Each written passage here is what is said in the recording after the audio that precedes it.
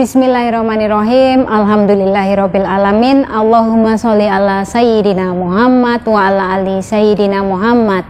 Assalamualaikum warahmatullahi wabarakatuh. Halo teman-teman, apa kabar? Semoga teman-teman semuanya selalu dalam lindungan Allah Subhanahu wa taala. Amin ya rabbal alamin. Alhamdulillah, di video kali ini saya mau membaca DM nih ya dari teman kita. Nah, mbaknya ini bilangnya seperti ini. Saya pernah kerja ke Singapura, pernah satu malam nggak tidur sama sekali. Aduh, satu malam nggak tidur sama sekali. Saya pernah ngerasain semuanya, Mbak. Bahkan makan boleh dibilang kurang. BB turun 25 kilo dalam 10 hari. Tapi itu sudah 2 tahun yang lalu. Sekarang pengen ke Singapura lagi. Bismillah, semangat. Iya Mbak, di sini ya buat teman-teman semuanya yang saat ini sedang proses ataupun kalian sedang menunggu di rumah atau bahkan masih pikir-pikir pengen kerja ke Singapura kayak gitu kan. Nah, di sini buat teman-teman saya semuanya, kalian jangan pernah takut dengan yang namanya bayang-bayang atau bahkan mungkin yang sudah pernah kerja ke Singapura trauma mau kerja ke Singapura lagi, itu jangan ya, karena yang namanya nasib itu berputar ya.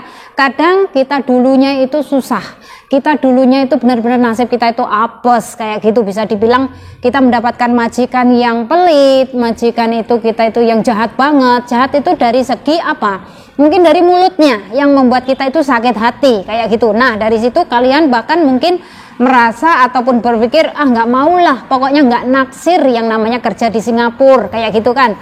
Nah, kalau kalian sudah berpikir seperti itu, mungkin saat ini saya sudah nggak ada di Singapura. Tapi kenapa Mbak Asih kok bisa bertahan di Singapura sampai belasan tahun? Nah, itu yang harus ditanyakan.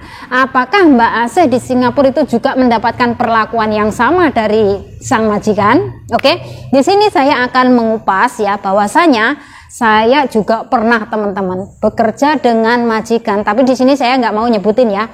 Saya pernah bekerja dengan majikan itu bahwasanya memang kurang makan. Tapi saya di sini beli sendiri karena saya berpikir bahwasanya kita kalau kerja, kalau kita kurang makan, dari mana kita bisa punya tenaga kayak gitu. Bener apa enggak?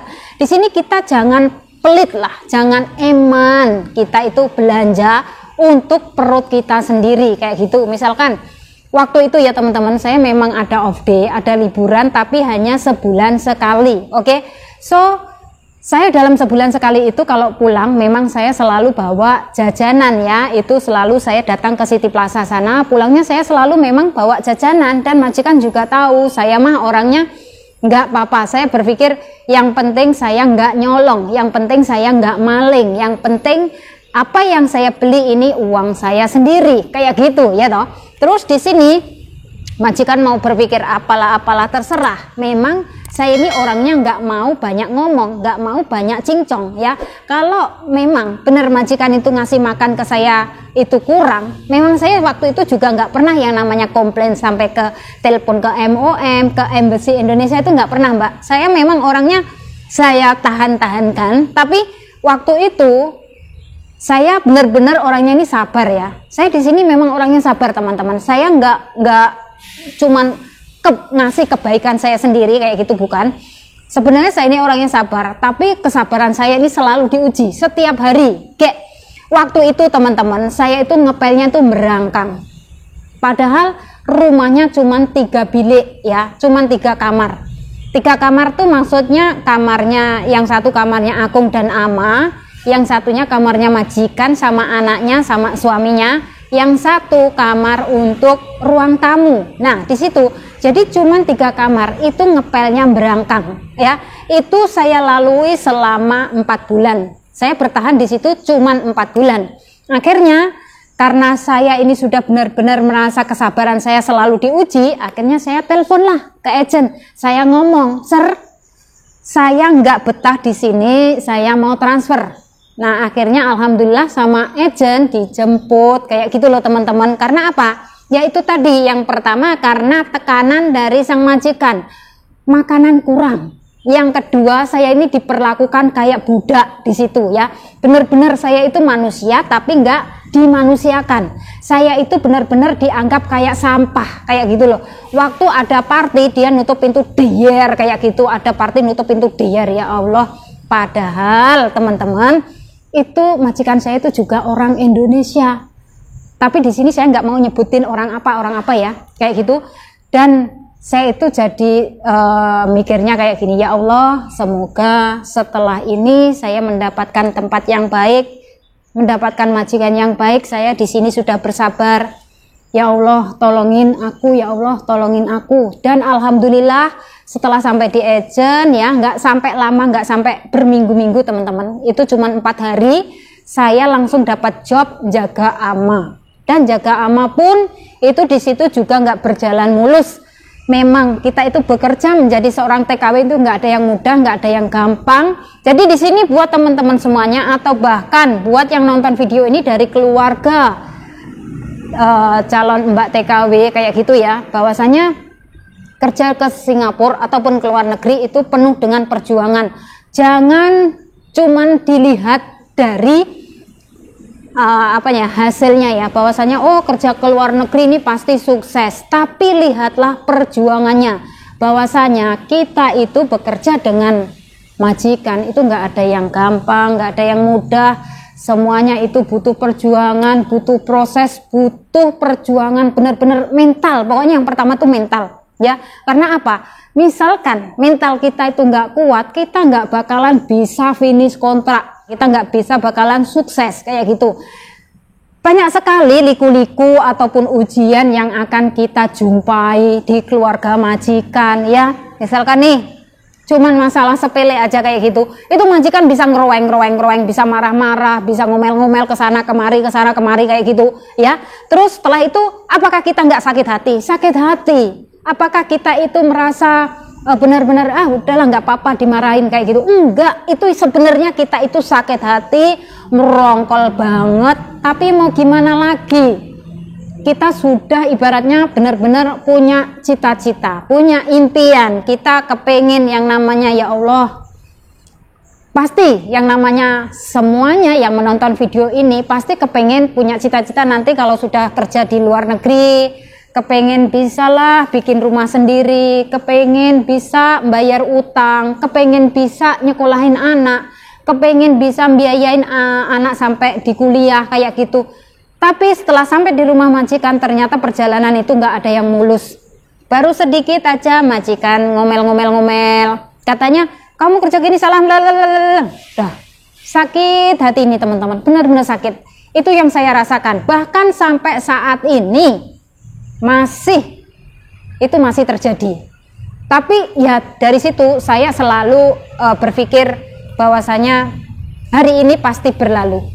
Ya, pokoknya saya cuman ngomongnya bismillah aja, semoga saya diberikan kesabaran, bismillah, semoga saya diberikan kesehatan, saya bisa finish kontrak. Pokoknya saya kalau bisa harus pulang ke Indonesia dengan membawa hasil kayak gitu. Karena apa teman-teman? Saya di sini berpikir saya sudah capek dan saya nggak mau yang namanya bolak-balik ninggalin anak kayak gitu. Yang pertama saya itu mikirnya anak.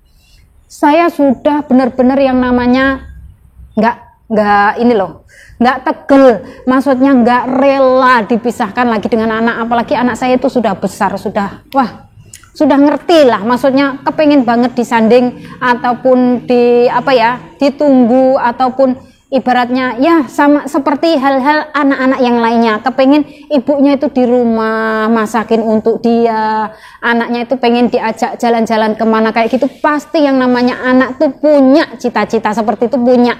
Nah untuk itu saya di sini tuh benar-benar nggak mau teman-teman yang namanya cuti lagi balik lagi, cuti lagi balik lagi, itu yang ada cuman sakit hati, yang ada cuman nanti yang ada itu bikin sakit hati, dan rasanya tuh nggak bisa diomongkan dengan kata-kata, nggak bisa diungkapkan bahwasanya benar-benar sakit, ya Allah sakit banget. Dan kalau cuti teman-teman, kalian itu misalkan bawa uang ya 20 juta, 30 juta, 40 juta kalian cuti, kalian bakalan bisa menghabiskan banyak ya. Karena apa? Kalian bakalan berpikir nggak apa-apa lah, nanti saya masih balik lagi ke Singapura, masih kerja lagi ke Singapura. Kalian jangan berpikir seperti itu. Justru misalkan kalian sudah punya tabungan 40 juta, 30 juta, kalian belikan misalkan tanah atau beli apalah sekiranya itu memang benar-benar bisa investasi untuk masa panjang kayak gitu loh. Jangan kalian belikan motor terus nanti kalian tinggal lagi ke luar negeri lah. Selama kalian di luar negeri motor sudah bobrok, kalian nggak bisa menikmati. Kalian buat apa beli motor? Belum waktunya kayak gitu loh. Jadi di sini ya buat teman-teman semuanya, kalian jangan mikirnya hanya kesenangan sesaat, mikirnya waktu cuti kepengen semuanya serba baru, tapi setelah itu kalian tinggal lagi ke luar negeri. Percuma mbak, buat apa? Nggak usah kita itu misalkan kepengen hidupnya dibilang wah, nggak perlu ya.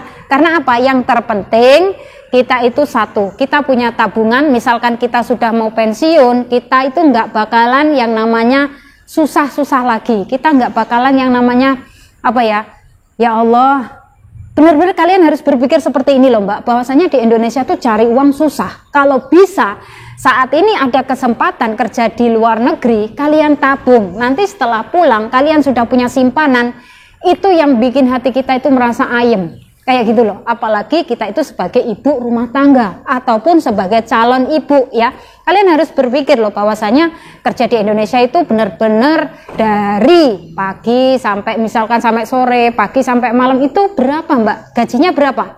Kayak gitu ya. Jadi dari situ misalkan nanti buat teman-teman semuanya sudah kerja ke Singapura dan sudah punya gaji penuh kayak gitu, kalian di sini namanya menghitung atau memanage keuangan kalian, berapa pengeluarannya, berapa yang harus kalian kirim untuk keluarga, berapa uang yang seharusnya tiap bulan saya tabung, itu harus wajib. Yang namanya menabung itu wajib mbak. Kalau kalian nggak nabung, kalau misalkan ya tiap bulan kalian kirim, tiap bulan kirim terus dan akhirnya dalam waktu 2 tahun pertama kalian kok sampai nggak punya tabungan, bakalan ajur-ajuran mbak. Yakin 100% kalian bakalan menyesal, bakalan berpikir oh ya katanya Mbak Asid saya itu disuruh nabung. Nah nabung itu bukan untuk saya teman-teman, tapi untuk kepentingan kalian sendiri, bukan untuk kepentingan saya. Saya di sini hanya ngasih masukan ya, agar kalian itu nggak hanya dapat capeknya saja, kalian kerja ke luar negeri juga dapat hasilnya. Nanti setelah kalian pulang ke Indonesia atau kalian mau buka usaha itu sudah ada modal gitu loh mbak ya. Jadi di sini buat teman-teman semuanya, misalkan kalian berpikir ya Allah kepengen banget kerja ke luar negeri, tapi kok rasanya berat banget ninggalin anak, kok tapi rasanya kayak gini gimana. Sudah, kalian sholat saja, kalian minta petunjuk sama Allah agar dipermudahkan segala urusan kalian, agar nantinya itu dipertemukan dengan majikan yang baik, agar nggak selalu pindah-pindah majikan. Karena apa? Kalau sampai kalian tuh selalu sering pindah majikan, itu membuat kalian bakalan berlama-lama tinggal di Singapura, dan kalian itu untuk mencapai 2 tahun saja, mungkin dari yang pertama majikan pertama 2 bulan atau 3 bulan pindah lagi, sudah dapat 1 bulan pindah lagi. Apakah setiap pindah itu nggak dikenakan potongan? Sudah pasti dikenakan potongan mbak ya. Jadi misalkan potongan kalian itu dari Indonesia 6, kalau masuk ke agent lagi jadi 7 atau mungkin jadi 8, tergantung kalian itu di agentnya itu berapa lama kayak gitu loh mbak ya. Jadi di sini pikirkan matang-matang bahwasanya masa depan kalian ada di tangan kalian sendiri, bukan di tangannya siapa-siapa.